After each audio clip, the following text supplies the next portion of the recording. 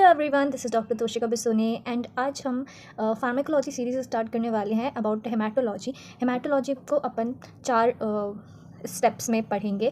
सबसे पहले अपन हेमाटोनिक्स देखेंगे। व्हाट इज़ हेमाटोनिक्स, इसको 3 पार्ट में डिवाइड किया गया है, ठीक है। देन एंटीप्लेटलेट्स, देन एंटीकोगुलेंट्स पढ़ेंगे एंड देन फिब्रिनोलिटिक ड्रग्स पढ़ेंगे। हेमाटोनिक्स में अपन 3 पार्ट उसके सब 3 पार्ट्स पढ़ेंगे, that is iron, folic acid and vitamin B12। Okay, so these are the important things. Let us start with haematinics. Haematinics क्या होते हैं? Haematinics is basically the formation of blood, जिसके लिए 3 सबसे मेन इंपॉर्टेंट चीज़ें चाहिए होती है हमें।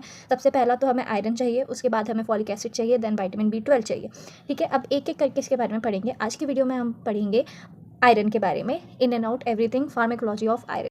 सो let us talk about iron, ठीक है। Iron is the very basic and very important part of our life as well, है ना। इसमें हम आयरन डेफिशिएंसी में तुम्हें कितना डोसेज ऑफ आयरन देना चाहिए, ओवरऑल आयरन हमारी बॉडी में कितना होना चाहिए, उसके बारे में बात करेंगे। सबसे पहले स्टार्ट करते हैं अपन डेली रिक्वायरमेंट से।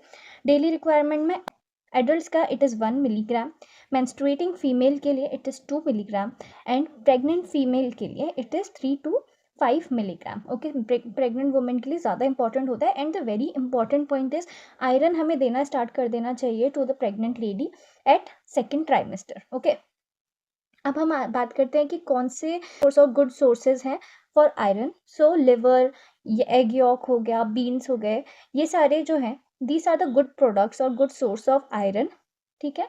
एंड द मिल्क से जो बने हुए जितने भी प्रोडक्ट्स होते हैं वो सारे पुअर सोर्सेज होते हैं। अगर हम ह्यूमन बॉडी की बात करें तो ह्यूमन बॉडी में जो आयरन एब्जॉर्ब होता है, आयरन के 2 फॉर्म होते हैं बेसिकली, ठीक है, ferrous form and the ferric. Iron जो हमारी बॉडी में एब्जॉर्ब होगा वो फेरस फॉर्म में होना चाहिए। हमने बचपन से पढ़ा है, हीम जो होता है, हीम में हमारे साथ क्या होता है, आयरन होता है, ठीक है। तो वो हीम के साथ में भी जो आयरन होता है वो फेरस फॉर्म में होता है। आयरन हमारी बॉडी में मोस्टली डिओडनम में ये एब्जॉर्ब होता है, ठीक है। अब अगर हम इनऑर्गेनिक फॉर्म ऑफ आयरन की बात करें तो the inorganic form of iron is the ferric form, ठीक है। अब इस इनऑर्गेनिक फॉर्म ऑफ आयरन को हमारी बॉडी के अंदर अगर तुम्हें पहुंचाना है तो you have to reduce it to the ferrous form. अगर हमारी बॉडी में अगर इस फेरिक फॉर्म ऑफ आयरन हमें एब्जॉर्ब कराना है तो we have to reduce it to the ferrous form, ठीक है। अब इसे रिड्यूस कैसे करोगे तुम? बॉडी में एस्कॉर्बिक एसिड या फिर HCl is like antagonist of iron absorption.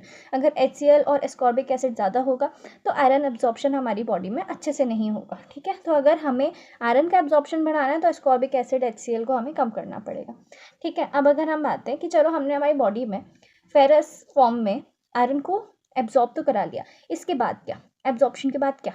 तो जैसे ही हमारी बॉडी में आयरन एब्जॉर्ब होगा ये दो चीज़ें करेगा। सबसे पहले तो ये फेरेटिन की फॉर्म में स्टोर हो जाएगा, ठीक है।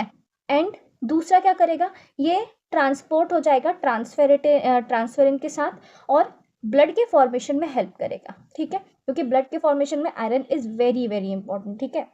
नाउ जब हमारी बॉडी में आयरन बढ़ जाता है, यानी कि there is an excess of iron in a human body, तो ये जो आयरन है जो बढ़ चुका है वो क्या करेगा, ये एपोफेरेटिन के साथ कंबाइन हो जाएगा। एपोफेरेटिन के साथ कंबाइन होकर ये वापस से बना देगा फेरेटिन, एंड फेरेटिन फॉर्म में हमारी बॉडी के अंदर फेरेटिन फॉर्म में आयरन एब्जॉर्ब हो रहा, आयरन स्टोर हो रहा था, ठीक है।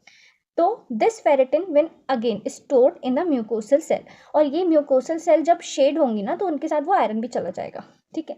अब अपन आ जाते हैं आयरन डेफिशिएंसी के ऊपर। आयरन डेफिशिएंसी में क्या हो रहा है, अगर किसी पेशेंट में आयरन डेफिशिएंसी हो रही है तो सबसे पहली चीज़ जो होगी वो होगी कि नंबर ऑफ ट्रांसफेरेटिन रिसेप्टर्स बढ़ जाएंगे, ठीक है।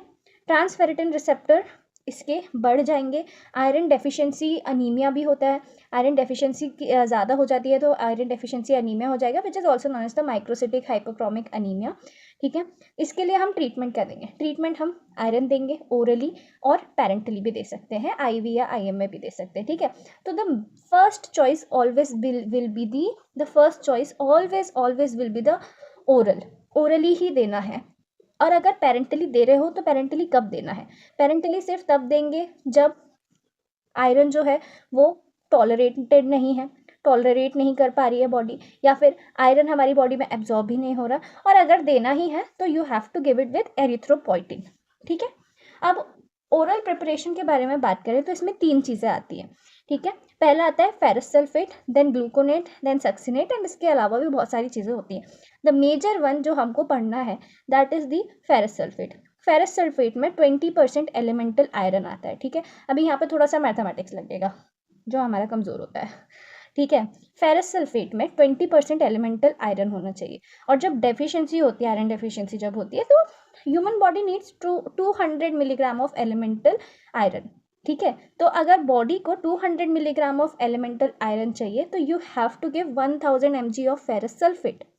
ठीक है, 1000 mg of ferrous sulphate in 3 successive doses, माने एक डोज ऑफ फेरस सल्फेट में you will get 60 mg of elemental iron. ठीक है, अब जो ओरल आयरन हम आयरन डेफिशिएंसी के पेशेंट्स को दे रहे हैं वो हमें 3 से 6 महीने तक कंटिन्यू देने हैं। ठीक है, अब इससे क्या होगा, तुम आयरन के टैबलेट्स दे रहे हो आयरन डेफिशिएंसी वाले पेशेंट्स को। ठीक है, अब ये जो आयरन हमारी बॉडी में जा रहा है, पहले तो वो आयरन की रिक्वायरमेंट कम करेगा, दूसरी वो क्या करेगा, दूसरी वो ये करेगा कि हमारे बॉडी में हीम के साथ भी हीमोग्लोबिन भी बढ़ाएगा, है ना। तो हीमोग्लोबिन कितना बढ़ना is good, so the haemoglobin per week 0.5 से 1 gram of per dL per week जो बढ़ रहा है, it is the good response of iron therapy. ठीक है, नाउ प्रेगनेंसी का भी हमने पढ़ा, प्रेगनेंसी में सेकेंड ट्राइमेस्टर से ही हमें आयरन टैबलेट्स देना स्टार्ट कर देना चाहिए मदर को। अब अगर हम आ जाते हैं एडवर्स इफेक्ट। एडवर्स इफेक्ट जैसे हम हर जगह पे एडवर्स इफेक्ट में सिर्फ 2 चीज़ें लिख देते हैं, नोशिया वॉमिटिंग, ये सब हो जाएगा। यहाँ पर नोशिया वॉमिटिंग हो रही है, the main thing is epigastric pain, GIT से रिलेटेड दिक्कत आने लग जाएगी, एपिगैस्ट्रिक पेन पेशेंट को होगा। अब वो टैबलेट्स ले रहा है तो थोड़ा सा मेटालिक टेस्ट आने लग जाएगा टेस्ट बड्स में। ठीक है, देन वी हैव, अब हमने फेरस सल्फेट के बारे में पूरी बात कर लिया, अब हम बात करते हैं फेरिक सिट्रेट के बारे में। फेरिक सिट्रेट हमें कब देना है, it is indicated in a hyperphosphataemia, यानी कि तुम्हारे बॉडी में फॉस्फेट बहुत ज़्यादा बढ़ गया।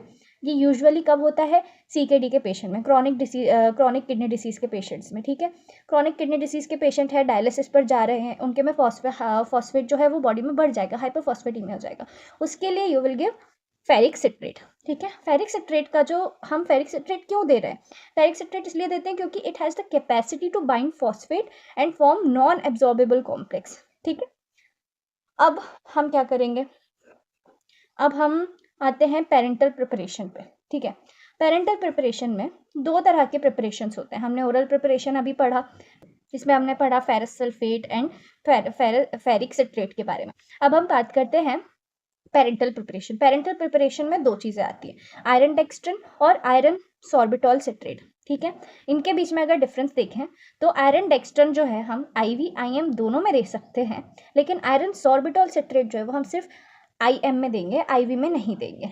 ठीक है, आयरन डेक्स्ट्रिन जो है वो बॉडी से एक्सक्रीट आउट नहीं होगा, whereas iron sorbitol citrate जो है वो 30% एक्सक्रीट हो जाएगा हमारी बॉडी से वाया यूरिन। ठीक है, जो हमारा आयरन डेक्स्ट्रिन है ये लिम्फेटिक्स के थ्रू एब्जॉर्ब हो जाता है, whereas iron sorbitol citrate जो है वो डायरेक्टली तुम्हारे सर्कुलेशन में एब्जॉर्ब होगा। एंड दोनों ही iron dextrin and iron sorbitol दोनों ही ट्रांसफेरेंस के साथ बाउंड नहीं करते। अब हमने इतना सारा सब कुछ देख लिया, अब आयरन पॉइजनिंग के बारे में भी बात कर लेते हैं, which is one of the important thing. Iron poisoning के बारे में हम बात करें तो एक्यूट एंड क्रॉनिक के बारे में बात करते हैं। एक्यूट जो है वो ज़्यादातर बच्चों में होगा, क्यों, क्योंकि बच्चों में जब छोटे होते हैं तो हम बच्चों में आयरन की गोलियां देते हैं कि हाँ भाई इनका शरीर अभी बढ़ रहा है तो ज़रा इनको आयरन की गोलियां दें ताकि उनकी ग्रोथ अच्छे से हो। ठीक है, लेकिन कभी कभी ये आयरन का ओवरडोज हो जाता है। अगर ये ओवरडोज होता है तो हमें क्या देना है, इस कंडीशन में हमें पेशेंट्स को देना है डेस्फेरियोक्सामाइन। ठीक है, डेस्फेरियोक्सामाइन ये हम देंगे IM में। ठीक है, एंड अगर क्रॉनिक है, क्रॉनिक कब आयरन पॉइजनिंग क्रॉनिक कब होगी, थैलेसीमिया के पेशेंट में यूजुअली क्रॉनिक आयरन पॉइजनिंग हो जाती है। इसके लिए हम क्या देंगे, क्रॉनिक के लिए द एंटीडोट इज डेफेरिप्रॉन। ठीक है, तो एक्यूट में तुम्हें देना है डेस्फेरियोक्सामाइन और क्रॉनिक में तुम्हें देना है डेफेरिप्रॉन। ठीक, अब द इम्पॉर्टेंट थिंग इज जब भी हम आयरन का इंजेक्शन दे रहे हैं वाया IM, ठीक है, इंट्रामस्कुलरली दे रहे हैं, तो द डिसएडवांटेजेस, पहला पेशेंट को पेन होगा, दूसरा पेशेंट को जहाँ पर इंजेक्शन दिया है वहाँ पे पिगमेंटेशन क्रिएट हो जाएगा। तो हमें क्या करना है, इसको इससे प्रिवेंट करने के लिए we have to give it in a Z technique. What is Z technique? कि जब तुम इंजेक्शन दोगे it should make a 90 degree of angle. ठीक है, दिस इज ऑल अबाउट हमारा iron.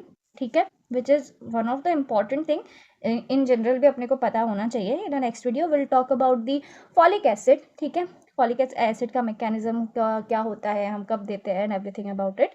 So this is it. Thank you so much for watching this video. I hope this video helps you in your academics, and if it does, then please make sure to like, subscribe and देख लेना यार, जो भी होता है सब पता है. Thank you so much.